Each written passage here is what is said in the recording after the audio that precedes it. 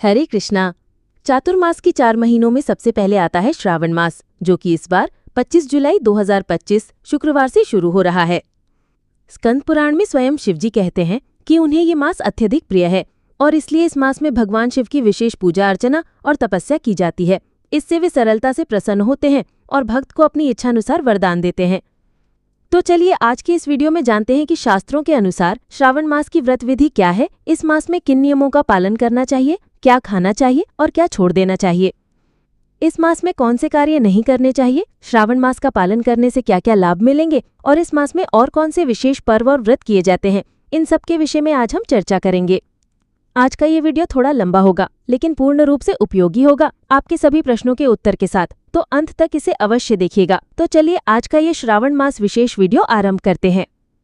सबसे पहले हम बात करते हैं कि इस बार श्रावण मास का आरंभ हो रहा है 25 जुलाई 2025 शुक्रवार के दिन से और ये पूरा होगा 23 अगस्त 2025 शनिवार के दिन। वैदिक पंचांग के अनुसार ये 5वां महीना है। इस मास में आने वाली पूर्णिमा श्रवण नक्षत्र में पड़ती है और इसलिए इस मास को श्रावण कहा गया है। इसके अलावा भगवान शिव कहते हैं कि इस मास का महात्म्य इतना अधिक है कि उसका श्रवण मात्र करने से सभी सिद्धियां प्राप्त हो जाती हैं, इसलिए भी इस मास को श्रावण मास कहा गया है। ये मास आकाश की तरह अत्यंत निर्मल है, इसलिए इस मास को नभ के नाम से भी जाना जाता है। ये महीना वर्षा के मौसम की ठंडक के साथ साथ आध्यात्मिक ऊर्जा भी लेकर आता है। तो चलिए अब हम देखते हैं कि श्रावण मास के व्रत का आरंभ करने की विधि क्या है। श्रावण मास का पालन उसकी प्रतिपदा तिथि से किया जाता है। इस बार ये तिथि 25 जुलाई शुक्रवार को आ रही है और इस दिन सबसे पहले प्रातः ब्रह्म मुहूर्त में उठ जाना चाहिए। इस दिन ब्रह्म मुहूर्त का समय रहेगा सुबह 4:10 से लेकर 4:51 तक और सूर्योदय का समय होगा सुबह 5:31 पर। प्रातः काल में भगवान शिव की पहली पूजा करने का और संकल्प लेने का समय रहेगा सुबह 4:30 बजे से लेकर 5:31 तक। इसलिए इस दिन प्रातः ब्रह्म मुहूर्त में उठ जाएं, स्नान इत्यादि से स्वयं को शुद्ध करें। पहले दिन संपूर्ण स्नान करें, यानी कि सिर से लेकर पैर के अंगूठे तक।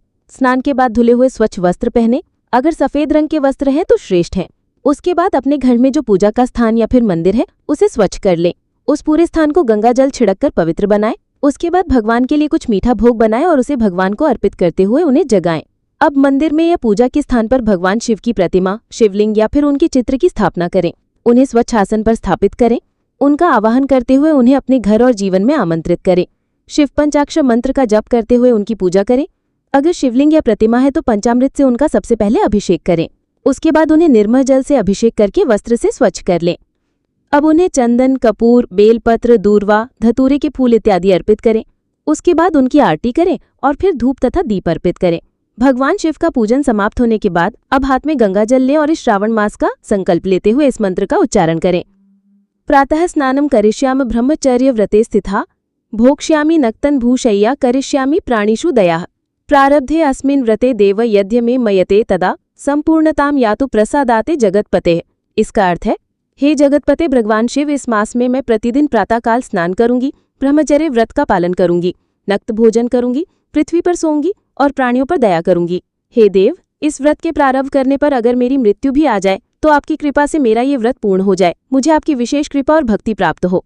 इस प्रकार शिवजी से प्रार्थना करने के बाद उस गंगा जल को तुलसी में अर्पित कर दें। उसके बाद आप एक आसन पर बैठकर निर्धारित संख्या में भगवान शिव के पंचाक्षर मंत्र की माला का जप कर सकते हैं या फिर शिव सहस्त्र नाम का पाठ कर सकते हैं। तो ये हो गई आपके पहले दिन की प्रातः पूजा विधि। चलिए अब बात करते हैं कि अगर आप इस मास में प्रतिदिन भगवान शिव का रुद्र अभिषेक करना चाहते हैं तो कैसे करना चाहिए। श्रावण मास में रुद्र अभिषेक करने का बहुत महत्व है। ये अभिषेक आप प्रतिदिन अपने घर में शिवलिंग पर कर सकते हैं या फिर नजदीक में अगर कोई शिव मंदिर है तो वहां पे भी जाकर कर सकते हैं। इस रुद्र अभिषेक के पूजन में शिवलिंग को जल के साथ साथ दूध, दही, घी, शहद और चक्कर ऐसे पंचामृत से स्नान करवाया जाता है। इन पदार्थों से अभिषेक करने पर भगवान शिव अत्यंत प्रसन्न होते हैं। वे भक्तों को आरोग्य, सुख, समृद्धि का आशीर्वाद प्रदान करते हैं। अभिषेक के दौरान वेदों के रुद्र मंत्र या फिर महामृत्युंजय मंत्र का उच्चारण किया जाता है। अभिषेक के बाद शिवलिंग पर चंदन का लेप करें और बेलपत्र अर्पित करें। बेलपत्र भगवान शिव को अति प्रिय है। इसकी त्रिपत्रीय पत्ती त्रिमूर्ति या फिर शिव के 3 नेत्रों का प्रतीक मानी जाती है। बेलपत्री के साथ भांग, धतूरा इत्यादि भी अर्पित किया जाता है। श्रद्धालु भक्त उसके बाद पुष्प और विशेषकर सफेद या आंख या कनेर के फूल अर्पित करते हैं। उसके बाद धूप बत्ती, अगरबत्ती अर्पित करते हैं और शुद्ध घी का दीपक जलाकर आरती करते हैं। रुद्र अभिषेक का समापन शिवजी की स्तुति और प्रार्थना के साथ किया जाता है। इस प्रकार अभिषेक करने से वातावरण शुद्ध होता है और भक्त के जीवन में आध्यात्मिक उन्नति होती है। तो इस प्रकार आप श्रावण मास में प्रतिदिन रुद्र अभिषेक कर सकते हैं। अगर आपके लिए प्रतिदिन पंचामृत स्नान करवाना संभव ना हो तो आप सिर्फ जल से भी अभिषेक कर सकते हैं और श्रावण मास के प्रत्येक सोमवार के दिन पंचामृत अभिषेक कर सकते हैं। अपनी क्षमता और अनुकूलता अनुसार इस नियम का पालन करें। चलिए अब देखते हैं कि श्रावण मास में किन किन नियमों का पालन करना चाहिए। श्रावण मास में भगवान शिव की आराधना करने और उन्हें प्रसन्न करने के लिए कुछ विशेष नियमों का पालन करना चाहिए। और ये नियम हम आपको नहीं बता रहे हैं, बल्कि ये सभी नियम स्वयं भगवान शिव सनत कुमार से कह रहे हैं और इसका वर्णन हमें स्कंद पुराण में प्राप्त होता है। चलिए देखते हैं कि भगवान शिव क्या कहते हैं। सदाचारो भूमिशायी प्रातः स्नाये जितेंद्रिय मत पूजा प्रत्यहम कुर्यात एकाग्र कृत मानसः। अर्थात इस विशेष मास में मनुष्य को सदाचार परायण, भूमि पर शयन करने वाला, प्रातः स्नान करने वाला और जितेंद्रिय होकर एकाग्र किए गए मन से मेरी पूजा करनी चाहिए। इस मास में शिवजी की प्रदक्षिणा, उनके पवित्र मंत्रों का जप और उन्हें नमस्कार करना चाहिए। इस मास में प्रातःकाल ब्रह्म मुहूर्त में उठकर स्नान करना चाहिए। अगर पवित्र नदी आसपास में है और उसमें स्नान कर सकते हैं तो बहुत अच्छा है। अगर नहीं है तो अपने स्नान के जल में गंगा जल की कुछ बूंदें डाल लीजिए या फिर सभी पवित्र नदियों का आवाहन करते हुए स्नान कीजिए।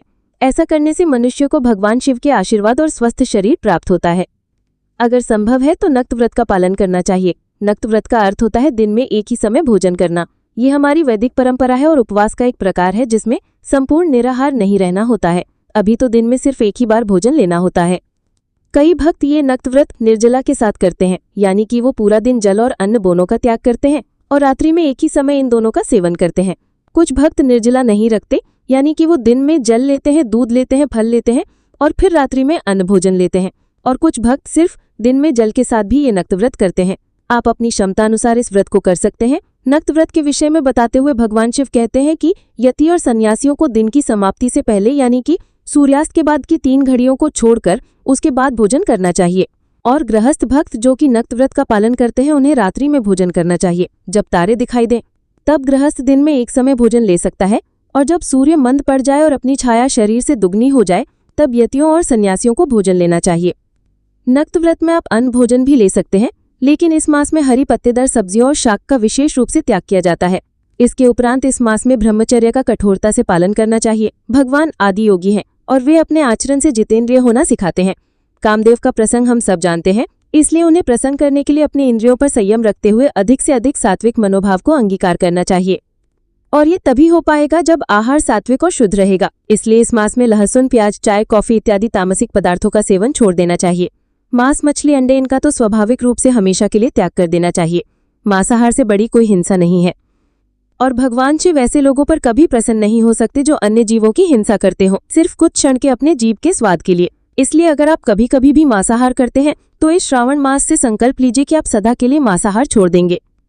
श्रावण मास में अपने शरीर और मन की स्वच्छता पर विशेष ध्यान देना चाहिए। स्नान इत्यादि के द्वारा शरीर को स्वच्छ रखने से और धुले हुए स्वच्छ वस्त्र पहनने से पवित्रता आती है और मन को शुद्ध करने के लिए अधिक से अधिक भगवान शिव के मंत्रों का जप करना चाहिए। किसी भी व्यक्ति या वस्तु के लिए मन में नकारात्मक भाव नहीं लाने चाहिए। जीवा से किसी की निंदा या दोषों के विषय में चर्चा नहीं करनी चाहिए। किसी से द्वेष करना, क्रोध करना, झूठ बोलना, ये सभी कार्य कम से कम इस श्रावण मास में तो नहीं ही करने चाहिए। ऐसा करने से भगवान शिव प्रसन्न होंगे। चलिए अब देखते हैं कि श्रावण मास में किन किन चीजों को बिल्कुल भी नहीं करना चाहिए। इस श्रावण मास का अगर आप पालन कर रहे हैं तो सबसे पहले बाहर का भोजन या फिर तामसिक आहार छोड़ दीजिए। कम से कम 1 महीने के लिए घर पर बना हुआ सात्विक भोजन ही लें। सुबह देर से ना उठे, प्रातः काल में कम से कम सूर्योदय से पहले उठकर स्नान कर लें। जुआ, शराब, तंबाकू इत्यादि के जो भी व्यसन आपने अगर पाल के रखे हुए हैं तो उन सभी को इस महीने में बंद कर दीजिए। हालांकि ऐसे व्यसन करने वालों के लिए 1 महीना तो क्या 1 दिन भी उनके बिना रहना मुश्किल होता है, लेकिन अगर आप सिर्फ इन व्यसनों को भगवान शिव के लिए नहीं छोड़ सकते हैं तो फिर आपकी शिव भक्ति कितनी है इसका उत्तर आप स्वयं ही जानते हैं। इसलिए कम से कम इस मास में ये सभी कार्य बंद करें। इस मास में भौतिक चर्चा में कम से कम उलझें। TV, mobile, social media, movies इन सब का कम से कम प्रयोग करें। अगर 1 महीना मूवीज या नेटफ्लिक्स या वेब सीरीज नहीं देखेंगे तो कुछ ज्यादा फर्क नहीं पड़ेगा। ज्यादा से ज्यादा अपने खुद के साथ समय व्यतीत कीजिए, क्योंकि वहीं पर आप अपने आप को मिल पाएंगे। अनावश्यक लड़ाई झगड़े और वाद विवाद करने की कोई जरूरत नहीं है। इन सभी चीजों से बचकर रहें, दूर रहें। आइए अब देखते हैं कि इस श्रावण मास में क्या खाना चाहिए और क्या नहीं। इस मास में आप अधिक से अधिक सात्विक भोजन लीजिए। भगवान को अर्पित किया हुआ ही भोजन लीजिए। शास्त्रों के अनुसार श्रावण मास में हरी पत्तेदार सब्जियां नहीं खानी चाहिए, जैसे कि पालक, सरसों, मेथी, पत्ता गोभी या फिर और किसी भी प्रकार का साग। इसका एक धार्मिक कारण शुद्धता है और वैज्ञानिक कारण यह है कि बारिश में इन पत्तेदार सब्जियों में कीटाणु ज्यादा पनपने लगते हैं। इसलिए इनका सेवन नहीं करना चाहिए। इसमें आप धनिया पत्ता, पुदीना और कढ़ी पत्ता ले सकते हैं। इस मास में बासी भोजन भी न लें, ये तामसिकता बढ़ाने वाला बताया गया है।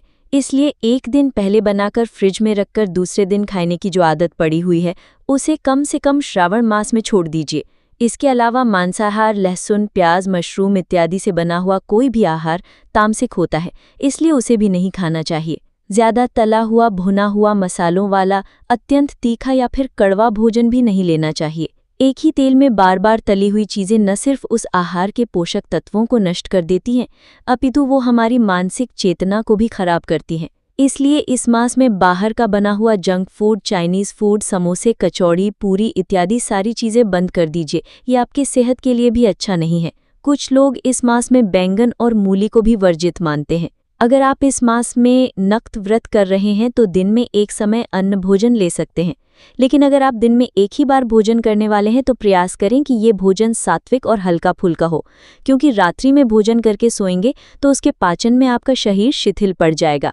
इसके उपरांत कुछ लोग फलाहार के साथ भी श्रावण मास का पालन करते हैं। इसमें दूध, फल, कंदमूल, सूखे मेवे, फलों का रस, दूध से बने हुए पदार्थ इत्यादि ले सकते हैं। इसमें एकादशी आहार भी लिया जा सकता है। इस मास में आहार का विशेष ध्यान रखने के पीछे का कारण एक ही है, और वो ये कि हमें ऐसा आहार और ऐसा भोजन लेना चाहिए जिससे हमारी मानसिक चेतना शुद्ध और सात्विक बनी रहे और हम अधिक से अधिक आध्यात्मिक जप, तपस्या और कर्म में प्रवृत्त हो सके। आइए अब बात करते हैं कि इस श्रावण मास में कौन कौन से विशेष व्रत आते हैं जिनका पालन करना चाहिए। तो स्कंद पुराण के अनुसार भगवान शिव कहते हैं कि इस श्रावण मास में आने वाली प्रत्येक तिथि महत्वपूर्ण है और हर दिन कोई न कोई व्रत आता है। इस श्रावण मास में आने वाले प्रत्येक सोमवार के दिन भगवान शिव का श्रावण सोमवार का व्रत किया जाता है। जो भक्त 16 सोमवार का व्रत करते हैं वे इसी श्रावण मास के सोमवार से व्रत आरंभ कर सकते हैं। इसके अलावा इस मास के प्रत्येक मंगलवार के दिन मंगला गौरी का व्रत किया जाता है, जो कि देवी पार्वती को समर्पित है। प्रत्येक बुधवार को बुधदेव का व्रत और गुरुवार को बृहस्पति देव का व्रत किया जाता है। शुक्रवार को जीवंती का व्रत और शनिवार को शनिदेव तथा नरसिंह देव का व्रत किया जाता है। प्रत्येक रविवार को सूर्य नारायण देव का व्रत करना चाहिए। इसके उपरांत श्रावण मास के शुक्ल पक्ष की द्वितीया तिथि के दिन औदुंबर नामक व्रत होता है। शुक्ल पक्ष की तृतीया के दिन गौरी व्रत आता है। शुक्ल पक्ष की चतुर्थी के दिन दूर्वा गणपति नामक व्रत किया जाता है, जिसे विनायक चतुर्थी भी कहते हैं। शुक्ल पक्ष की पंचमी के दिन नाग पंचमी का व्रत आता है। षष्ठी तिथि आने पर सुपोदन व्रत और सप्तमी आने पर शीतला माता का व्रत किया जाता है। शुक्ल अष्टमी और चतुर्दशी तिथि पर देवी पवित्रोपण व्रत किया जाता है। शुक्ल और कृष्ण दोनों पक्ष की नवमी तिथियों को कुमारी और नक्त व्रत किया जाता है। शुक्ल पक्ष की दशमी के दिन आशा नामक व्रत किया जाता है। और इस मास में आने वाली दोनों ही एकादशी तिथियां बहुत महत्वपूर्ण हैं, जिसमें कामिका एकादशी और पवित्रोपण एकादशी का पालन करना चाहिए। द्वादशी तिथि में भगवान श्री हरि का पवित्रोपण और भगवान श्रीधर की पूजा आराधना करने से मनुष्य परम उच्च गति को प्राप्त करता है। श्रावण मास के शुक्ल पक्ष की त्रयोदशी तिथि पर कामदेव की षोडश पूजा की जाती है और इसी मास के कृष्ण पक्ष की चतुर्थी तिथि को संकष्टी चतुर्थी के नाम से जाना जाता है। पंचमी को मानव कल्पादि व्रत रखा जाता है। श्रावण मास की पूर्णिमा तिथि विशेष है। इसी दिन रक्षाबंधन का पर्व आता है और बलराम पूर्णिमा भी मनाई जाती है। श्रावण मास की अमावस्या के दिन विशेष पिठौरा व्रत किया जाता है, जिसमें कुशों का ग्रहण और वृषभ का पूजन किया जाता है। इसी मास में कृष्ण पक्ष की अष्टमी के दिन कृष्ण जन्माष्टमी का अत्यंत पावन पर्व भी आता है। इसके उपरांत इस मास में हरियाली तीज, मासिक शिवरात्रि, रोहिणी व्रत, स्कंद षष्ठी, कल्की जयंती, प्रदोष व्रत, गायत्री जयंती, हरग्रीव जयंती, नरली पूर्णिमा और संस्कृत दिवस भी इसी मास में आते हैं। तो ये थे इस मास के सभी व्रत और पर्व। चलिए अब देखते हैं कि आखिर इस श्रावण मास के नियमों का पालन करने से हमें क्या लाभ मिलेगा, क्योंकि बिना किसी लाभ के तो कौन ही कार्य करेगा, है ना। ये बात हमारे भगवान आशुतोष भी जानते हैं, इसलिए उन्होंने पहले ही स्कंद पुराण में इस विषय में बहुत सारी स्पष्टता कर दी है। चलिए जानते हैं कि इस श्रावण मास में कौन से नियम का पालन करने से क्या लाभ मिलेगा। भगवान शिव सनत कुमार से कहते हैं कि इस श्रावण मास में जो भी सत्कर्म किए जाते हैं और नियमों का पालन किया जाता है, उसका अनंत गुना अधिक फल प्राप्त होता है। जो व्यक्ति इस मास में अपनी कोई भी प्रिय वस्तु का त्याग कर देता है, वो इस लोक में और परलोक में लाख गुना बढ़कर उसे अनंत रूप में पुनः प्राप्त होती है। और इसीलिए इस मास में अधिक से अधिक दान देना चाहिए। धन का दान, अन्न का दान या वस्त्र इत्यादि का दान। इस मास में जो व्यक्ति रुद्राभिषेक करता है उसके मंत्रों के पाठ के अक्षर की संख्या से एक एक अक्षर के लिए करोड़ करोड़ वर्षों तक वो रुद्रलोक में रहकर सम्मानित होता है।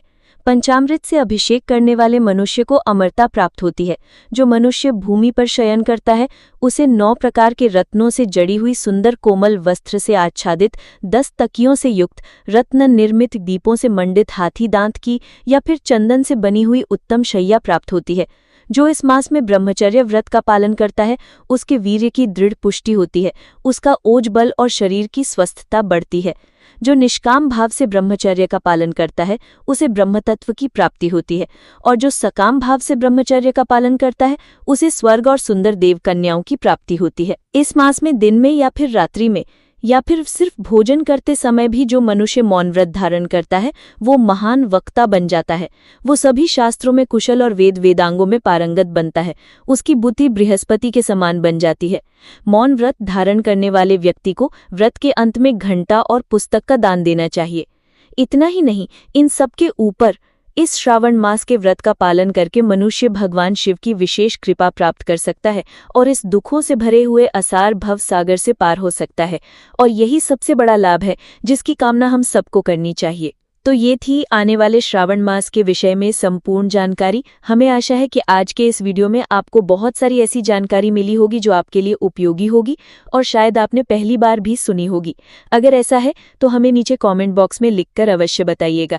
और इस विशेष श्रावण मास में हम प्रतिदिन आपके लिए भगवान शिव के सुंदर कथाएं और श्रावण मास के महात्मा की पौराणिक कथाएं भी लेकर आने वाले हैं। तो अगर पहली बार आप इस चैनल पर आए हैं तो आपके अपने इस चैनल एम डिजिटल व्रत कथा को सब्सक्राइब करके रख लीजिए, नोटिफिकेशन ऑन रखिए। और अगर श्रावण मास की ये जानकारी आपको अच्छी लगी है और उसमें कुछ भी आपको मूल्यवान लग रहा है तो उसे जल्दी से आपके परिवार के उन सभी सदस्यों को, सभी रिश्तेदारों को शेयर कर दीजिए ताकि उन्हें भी पता चल जाए कि आखिर इस श्रावण मास का पालन शास्त्रों की विधि अनुसार कैसे किया जा सकता है। और हम आपसे मिलेंगे ऐसे ही सुंदर पौराणिक कथाओं के साथ, व्रतों की, पर्वों की, शास्त्रोक्त जानकारी के साथ बहुत जल्द आपके अपने चैनल एम डिजिटल व्रत कथा पर।